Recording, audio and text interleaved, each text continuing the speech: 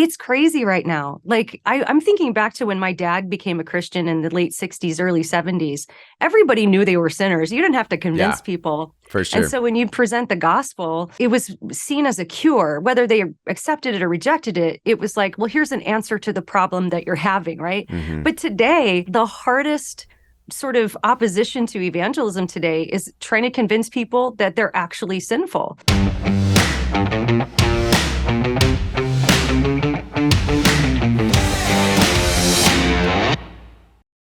Thank you for tuning in. This is the Babylon Bee interview show. I'm Jarrett Lemaster. This is my friend Sam Greer. We're going to be interviewing a really special host today.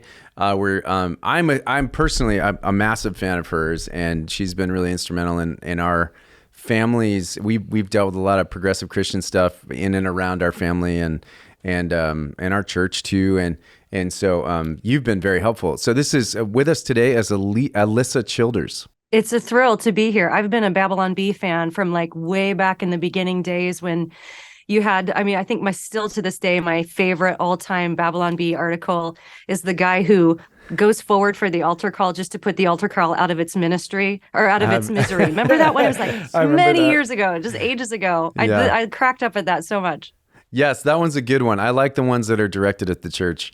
They don't get as much traction as the ones that are political, but they definitely... They're still part of our core brand. Yeah, this is awesome. Well, so you were part of the band ZOEgirl. Oh, by the way, you're promoting your book today, which is Live Your Truth. Live Your Truth. And Other Lies. And Other Lies. Yeah, I got to get that second part in there.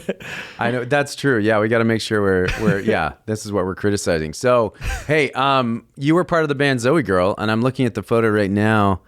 And you guys look like triplets. Which one is you? So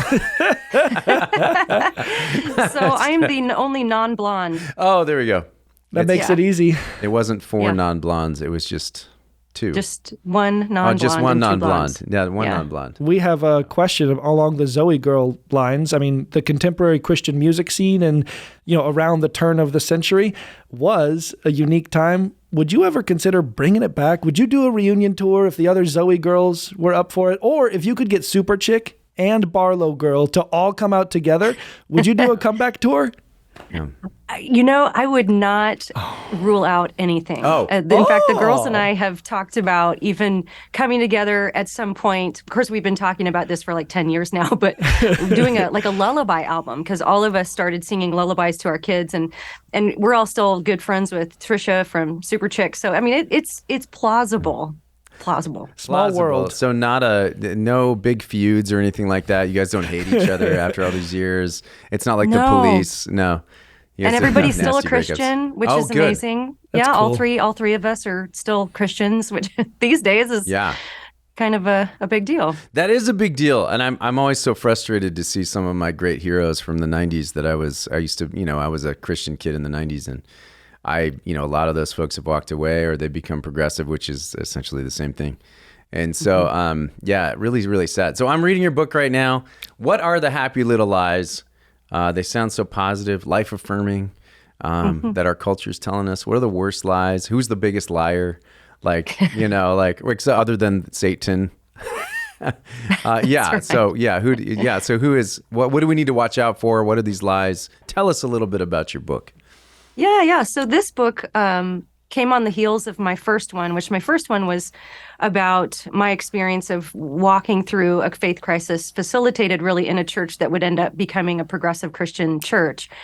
And along the way, I was kind of doing this deeper dive for that one.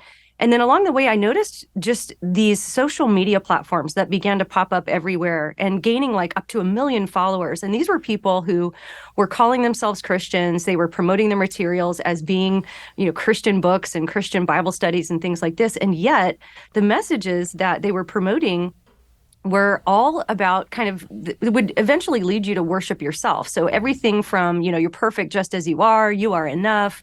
God just wants you to be happy.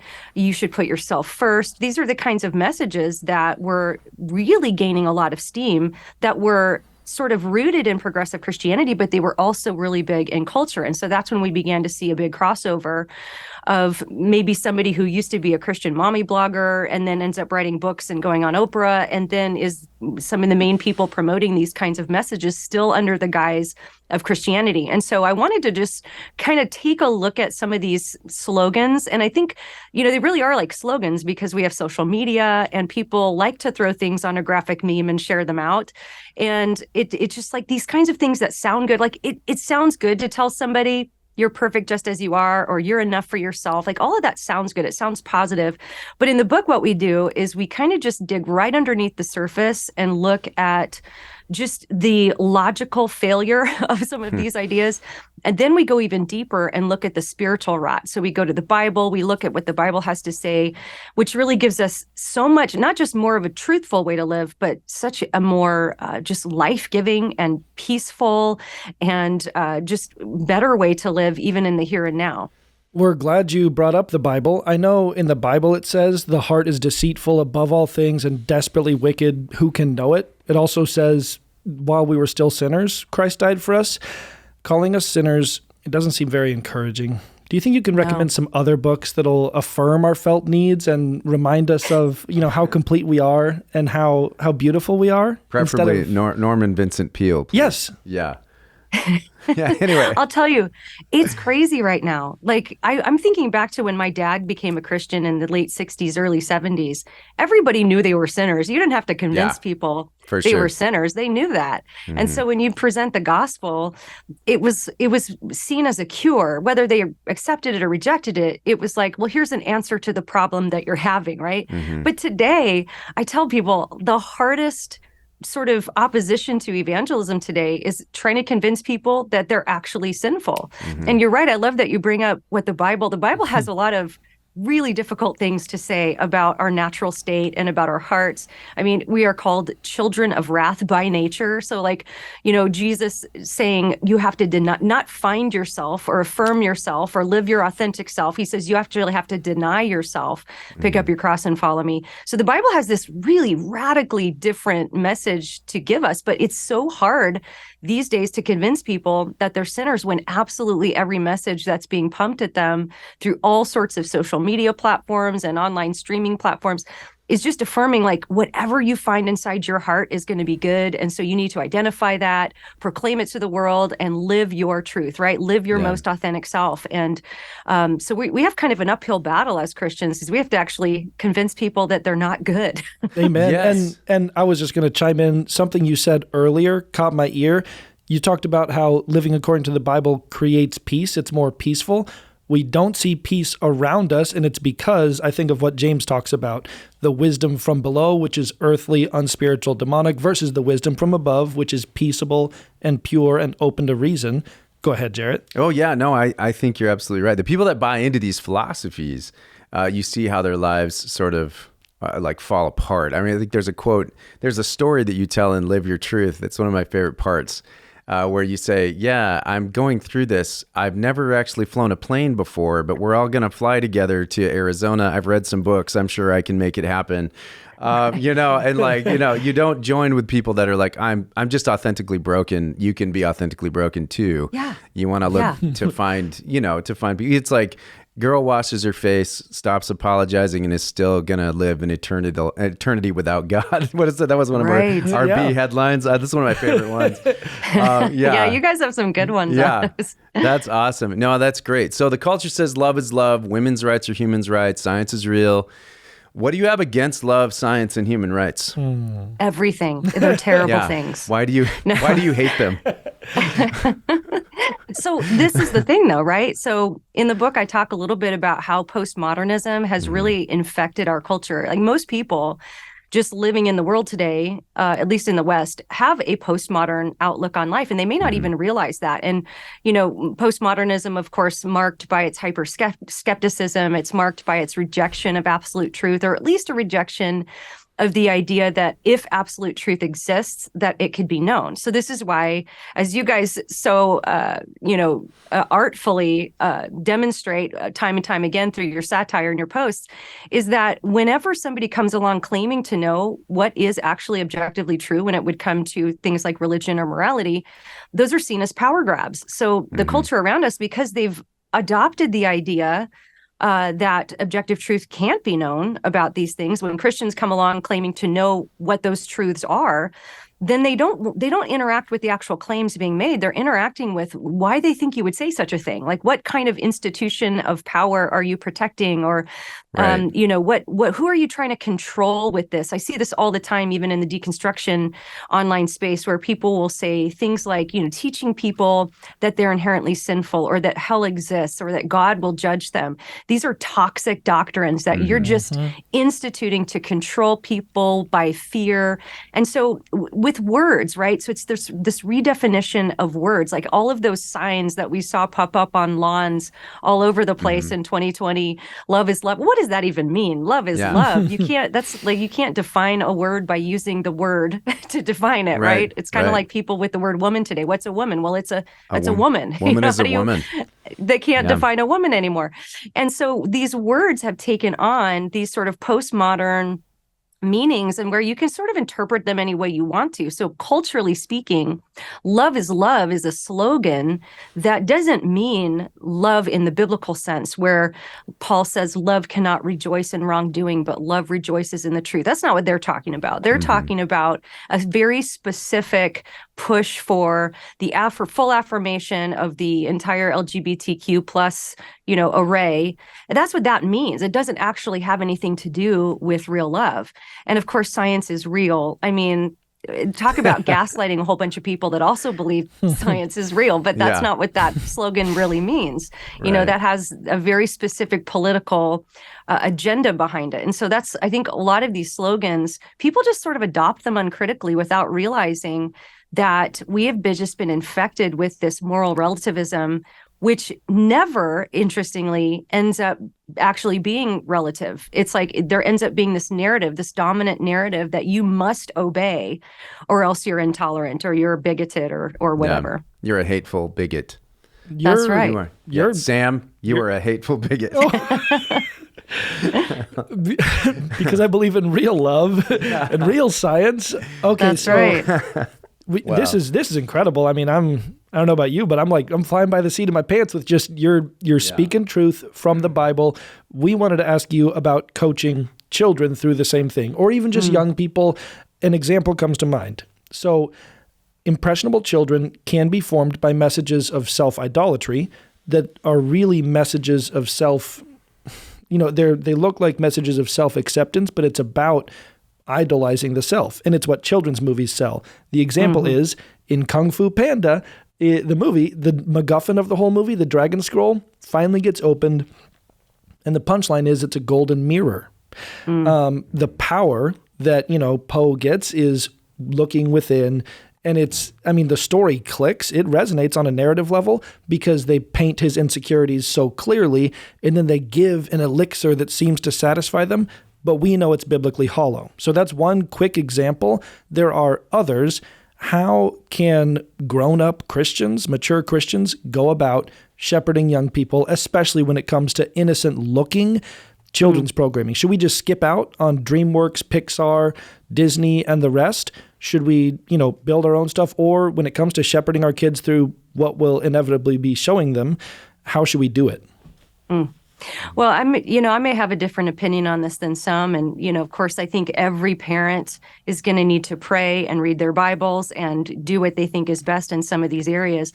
But, I grew up in a time when if the movie was quote unquote clean, you could watch it, right? And clean meant it had no cussing and no graphic sex. If it didn't have any of those two things, then you could watch it.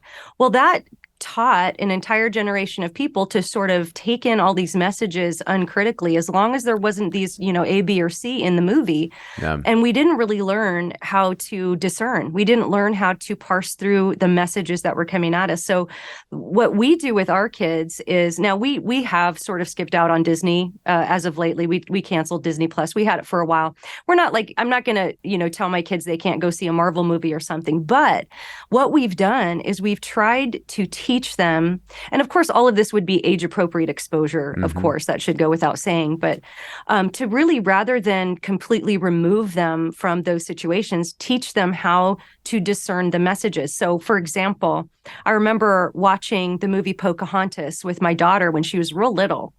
And when it got to that part where Pocahontas is singing about every tree and rock and creature having a spirit, right, having a name, I paused the movie and I said, do you know what they're talking about? And she was like, no, what is that? And I said, well, that's actually a view of the world. We had talked a little bit about worldview. I said, that's called pantheism. And here's what pantheism is. And I explained what pantheism is. And I said, that's why she's coming, at looking at things in nature as having spirits, right, as having personal identities and names. And then I explained to her the correct view, the biblical view here. This is what, the Bible teaches. This is what reflects reality. This isn't just what we believe. This is actually what's real. And teaching her the correct view. And then, but also modeling for her, like, we don't have to be afraid to watch this, but we're going to be aware. Well, fast forward several years, I was really on the fence about taking her to see Frozen 2 because, it was like all these parents were online, Christian parents duking it out online. Should we take them? Should we not? So I decided to take my daughter to see it. And we were going to just talk through all of the ideas. And I'll never forget, Elsa starts singing about the elements, the earth and the wind and the water. And my daughter nudged me and she goes, Mom, that's pantheism. Yes. I know, right? And I was like, that is right. That's really based on a pantheistic worldview. Yeah. And so she was already taught to critically evaluate the movie. And even there's this other scene where Olaf makes all these truth claims like, turtles breathe out their butts and the other things he said. And I said, we're going to go home and fact check some of that stuff. And we did. And it turns out some turtles do breathe through their butts. So I learned something from Frozen 2 as well. So I think it's like the age appropriate exposure, but also really asking really good questions about the movies they're watching. Like, what do they want you to walk away thinking is good and virtuous about the world? What kinds of things are celebrated? What kind of behaviors are viewed as less enlightened? I mean, is the family denigrated? Is rebellion and thinking for yourself seen as virtuous? And how does that work out in the movie, but how would that work out for someone in real life? And just going to scripture and just teaching them to think critically about these types of ideas, because I don't know if we can fully, isolate. I do think that, we should, if we can, start producing really great content for kids. But at the same time, teaching them to discern as we go. I love that. Well, they are, some people are. So just a shameless plug for the Wingfeather Saga that is just about to come out. That's awesome. We just went to the premiere about a week ago, and it's an amazing, amazing, amazing film for kids. Really, really good story, really good philosophy, all that stuff. I'm with you. So I have 4 boys, and whenever we watch a film, and I'm actually way more concerned about the philosophical underpinnings of each movie that I'm watching than the content. Like if something has like cussing and stuff like that, I'll just be like Guardians of the Galaxy or something. I'll watch that with my kids, all 4 of them, even my 6-year-old, which is like, it's iffy. But I watch it with my 6-year-old, and afterwards we'll be like, all right, who's the bad guy? Who's the good guy? What's the philosophy? What does the director want you to think when you walk away from this? What does family mean in this? That's right. What do they believe about God? What is Star-Lord's belief about God? I feel like they should let you or Alisa Childers, either way, they should let someone just interrupt movies in the movie theater. Like, hold on, worldview rundown. That's right. Pull out a whiteboard. That's exactly right. It's a worldview rundown. I think that's a good way to put it. I think it can be devotional even. And it can. We're staying off. It can be. We're getting off script, but we're both passionate about this, and you are too. I think it can be devotional to learn story structure, screenplay structure, 100%. like hero's journey, hero with 1,000 faces type of stuff. Because then you have a sharper eye to like, oh, we're going into the inmost cave. The hero has found their elixir. That's usually where the worldview is hiding. And that's where you can teach kids to focus on, or even, you can teach yourself to focus on what is being sold to me is going to be in that climactic moment. Absolutely. And I love that you do that. I think it's important. So, and to train our kids to be consumers that are not just taking things uncritically. I think that's really important, especially when we're dealing with this world, this philosophical war going on. So anyway, so you write a little bit about Gen Z and Live Your Truth and Other Lies. And what is the worst generation? and why is it Gen Z? Oh, no. I'm just kidding. Sad. But I seriously, am so hopeful for Gen Z. I know, We all have I kids know. in Gen Z. We do, but they're self-obsessed. No, I know. There's some specific challenges that come along with Gen Z for sure. Yeah. It's so interesting because I look at my kids and in many ways there are sort of these traits emerging in Gen Z. They're really, really cool. Like they're very entrepreneurial. They can monetize anything. That's just the way they think, they're like thinking that way. But they're also kind of skeptical. Like they don't want people to, they want to know what's real. They want to know what's true, but it's very hard to discover that with this world that we're giving them. So it's really tough. And we're seeing anxiety skyrocket among Gen Z, and we're seeing an increase in mental health issues. And I think, when an entire culture detaches itself from truth, reality, essentially disconnects itself from reality, I think that we can expect to see quite a bit of that going on as well. It's good that you've got like the burden for Gen Z, because obviously we have to have it by necessity. Yeah, like I was kidding our kids too. are Gen Z. I like all those kids. No son of Those mine's going to be crazy some Gen Z ticky-tacky weirdos.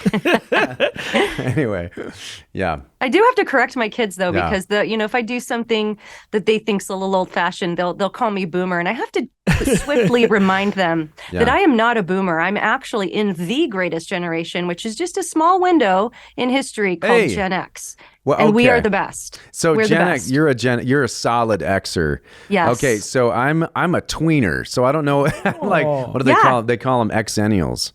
So like, digital adulthood, analog childhood, and I think we're the best. And there's only about a 2-year span there. So I just that's a small window. We can argue. Yeah. And I think millennials are the best. Yeah, you're all right. I don't have a dog in the fight You guys at are the all. worst. Anyway, so all right. So yeah, you have would you like to ask her another question? Yes. This question has poetry in it. Everyone buckle up. Are you ready? At the end of John Keats's Ode to a Grecian Urn, the speaker says, "Beauty is truth, truth beauty. That is all ye know on earth, and all ye need to know." It's an elegant line that plays well to the ears and plays well to the heart, at least on a surface level. Sounds deep. Our question is this: what is the true relationship? You talk a lot about truth in your book. What is the true relationship between aesthetics and beauty? Can Satan use beauty to make lies more palatable? Should Christians use beauty to adorn the truth? Is it even necessary? Does the truth stand on its own? Can you tease that out for us? Oh boy, I'd have to do some deep thinking on this, because I've actually somebody asked me the other day about like objective beauty. And I know a lot of people in apologetics have thought about this deeply. I have not actually thought about objective beauty in a very deep way, but I think beauty and aesthetics are very important. Now, I think, key number one, going back to how we talk to our kids, we have to train our kids to understand that beauty doesn't equal truth, or what you would perceive to be something that's attractive or appealing to you or enticing to you for whatever reason. That doesn't make that true. Somebody can be beautiful and get up and speak very eloquently and be telling straight up lies the whole time. Whereas somebody else could be saying it in a very, unattractive way, but still be speaking the truth. So I think just kind of giving some information and training on what objective truth actually is and what it's independent of. It's independent of belief. It's independent of perception. It's independent of the attitude of the person, who's promoting it. So I think that would be a good place to start. But there is something to be said for being persuasive by making things attractive. I mean, the Bible even says the devil comes as an angel of light. I mean, he doesn't show up with a pitchfork and red skin. He shows up as something you're going to find really attractive and really beautiful. I often joke with my friends, like if I only based my religious beliefs on what I thought was beautiful, I'd probably be like up in the hills meditating with the Buddhist monks up there. If it was just like on what kind of a life seemed appealing to me, I'd probably live in a commune up on a mountain somewhere. Sure. But that's not how I choose my religious beliefs. I want to line up what I believe with reality. I want to be connected with reality. And I suspect if I did some deeper thinking on objective beauty, that would be the definition of objective beauty, is lining up what is real with what you believe. And if you even look at the history of art, I think Nancy Pearcey did a great job explaining this in her book, Saving Leonardo, where she goes through the history of art and how at different points in time, it got skewed. It was like, it was about magnifying what's beautiful. And then, then you had postmodern art and things coming in. And even just through art, she was showing how we got to where we are today with when you disconnect yourself from objective truth. And people think they can do that just in certain areas. People think, well, I'm going to live as if objective truth exists when it comes to math or whatever.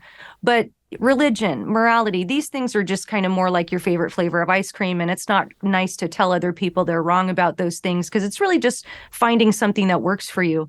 But as I point out in the book, Christianity doesn't work that way. It's not something that can just work for one person and not for someone else, because the claims it makes about itself are objective claims. And if Christianity is true, if it lines up with reality, then it's true for everyone.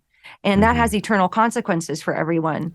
And I think that's something that our culture really misses out on, because they're viewing religion as something is just like a pragmatic thing, something that just improves your life or makes you feel better. Well, there's lots of false things that can make you feel better for a little while, like, like drugs or something. Yeah. There are things that have a temporary, effect on you that might make you feel really happy, but in the end, they're out to destroy you. And so I think this is why we do have to root it in truth. And I think that Christians should definitely use beauty to try to persuade. I think because we have the most beautiful worldview, and we need to model the beauty of the gospel. And, and yes, because it's that beautiful and it's that powerful and it's that valuable, there are going to be fences around it. There are going to be a lot of no's to keep, to protect the beauty of the Christian worldview.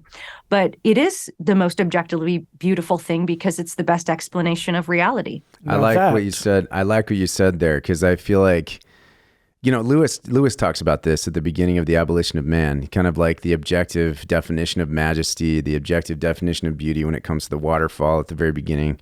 I think it's really important to know that. I also like what you said about the devil being an angel of light and beautiful, because I play the devil a lot. And so, so beautiful. I often am the devil. I love that you're talking. I love you talking about objective beauty. Okay. Whoever gets to paint Jarrett, just enjoy it. In red paint. And I was just going to chime in and say, beautifully put. Wow, that was really good.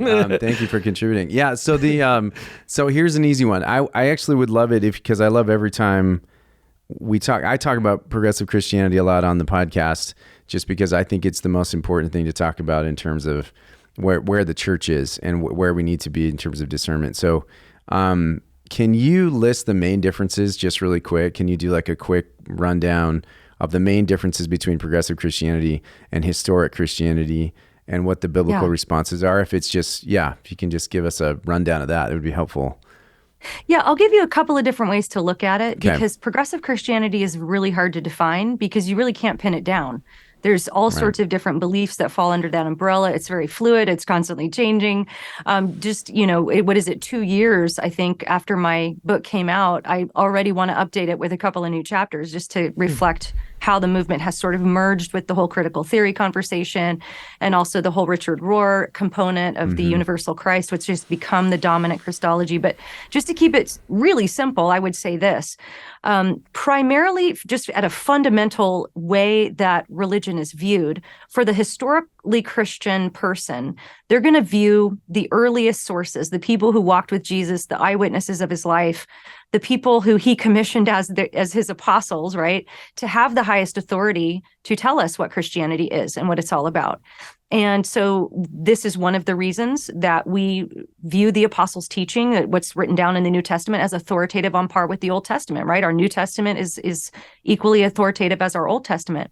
Whereas in progressive Christianity, this is sort of flipped on its head. So it's sort of based on the idea that Christianity itself is progressing. So the earliest Christians, the people who knew Jesus, even the apostles, those who wrote the New Testament, these were just people that represent Christianity in its infancy, much like a baby just learning to crawl before it walks. So we can look at Paul, we can look at Peter, and we can see what they believed about Jesus at the times and the places they lived, what kinds of things were they trying to figure out. But ultimately, in the mind of the progressive, as we've evolved spiritually and physically, mentally, all this time, we have access to a higher knowledge of God. So we can look back at Paul and we can say, well, I agree with Paul on a couple of things here. In fact, I just saw a post from a progressive Christian pastor just a couple months ago where he said Paul was a great kindergartner, but he makes a terrible professor. So in other words, we need to see Paul as this kind of unevolved spiritual guy, and now we can look back and make corrections. So I'd say that's primarily the view, but as that would flesh out theologically, it would be a denial of the idea that if you are a sinner, that sin separates you from God. I would say that is the most fundamental theological belief in progressive Christianity. It's if you tell people they're sinners, if you tell people that they need to be reconciled to God, or there's some sort of separation between humans and God, you're traumatizing them. That's oppressive. That's an abusive doctrine. So in the mind of the progressive, you just need to realize that you've never been disconnected from God. If you feel separated from God, it's just in your mind. It's your own shame talking. You need to do some inner work and realize how loved you are. And that's really the gospel of progressive Christianity. Scary. This is so good. I know. We can take things in a lighter direction here at the end before we transition into our subscriber portion, because that was tremendous. We're going to lob some headlines at you that we wrote. In your first book, Another Gospel, your faith was rattled and almost shattered by progressive Christianity. After a couple of years, you were able to right the ship. Progressive Christianity, big threat. We at the Babylon Bee heckle it a lot. Jarrett, you can lead off with the first headline about progressive Christianity. Yeah, let's do it. So the first headline is this, and you can tell us what you think. Progressive Christian hopes God has his preferred pronouns by his name in the Lamb's Book of Life. Stinging, deep, but deep. Man, that's true. I mean, it's true. And that's the thing. So I'll just a quick commentary on that. I remember back when the progressive Christianity was sort of just getting off the ground, the conversation wasn't even about pronouns. It wasn't even about the trans ideology or radical gender theory. It was simply about LGBT affirmation, like basically gay marriage affirmation. That was the big cause. Everybody was saying, no, it's never going to go further than this. We just want full inclusion, just like heterosexual couples, but we want to be held to the same standards, the same degree of faithfulness. People, and just in the few years, it's gone to complete radical gender theory and trans ideologies, as anybody could have easily predicted. That, it's just like when you get on the culture train, you're going to go where culture goes. And you can't just, even if it was just that one topic, that would have been wrong, but it never is going to stay just with the one thing. That's awesome. I love you said that. Yeah. That's really good. Yeah, the slippery slope. They were always saying the slippery slope doesn't exist. It's not going to happen. When Obergefell happened, they're like, oh yeah. Anyway, we've got it happened. We've got another headline for you. I'm skipping around some of these. Okay, progressive Christians sad they have no way to love their neighbors now that mask mandates are gone. Yeah, I remember seeing that one. Yeah, and I loved that because that was sort of a stinging commentary at some of the even evangelical that people you wouldn't have at the time maybe thought were leaning progressive, that were saying, hey, there's no conversation to be had about efficacy or looking at studies or any of this, but we're just saying that you have to get on board with this cultural narrative or you're a bad neighbor. And that was just like gaslighting so many Christians. Mm-hmm. Okay, progressive Christian offers new, more open, less judgmental Christianity. No, wait, it's just Satan again. Right. Like the Old Testament prophets who would say, all is well. It's, peace, peace where there is no peace, right? That's kind of what the devil does there. Progressive Christian believes everything about God except that Bible stuff. Yes. I mean, seriously, you could have just written my first book for me with that one. That's good. We probably took it from you. Let's see. Let's see. Is this the last one? Progressive Christian can't wait to get to heaven so he can lecture God on privilege. I like that. Mm-hmm. That's a good one. I like that we're getting the It's like when we read the subscriber headlines, we have a portion at the end of our podcast where subscribers will pitch their headlines, and sometimes they get cackles, but sometimes they get the Well, it's just, why? Because so many of your headlines are based in so much truth. It's like they capture something that you can't always feel like you can articulate. But then you see the headline and done it in that way, and you're just like, that's it. That's exactly it right there. Gosh, I love it. Well, listen, Alisa Childers, thank you We really appreciate you coming in. We're about to head into a subscriber portion, so you'll be staying with us there. But for the rest of you, thank you guys so much for tuning in. What a blessing to have you on. This has been incredible. So thank you so much. Thank you. Coming up next, for Babylon Bee subscribers. I got in trouble with Carmen once and I had to be on the stage for the whole show because we were ZOEgirl doing the opening, but we were also his backup singers for his show. And I had to go to the bathroom really, really bad. And so I just kind of slinked off the back of the stage and crawled down the back. Nobody could see. And then I ran off to the bathroom and then came back and then there was like a meeting and Carmen let everybody know nobody leaves the stage during the show. This has been another edition of the Bee Weekly from the dedicated team of certified fake news journalists you can trust here at the Babylon Bee, reminding you to go forth and punch Satan right in the face.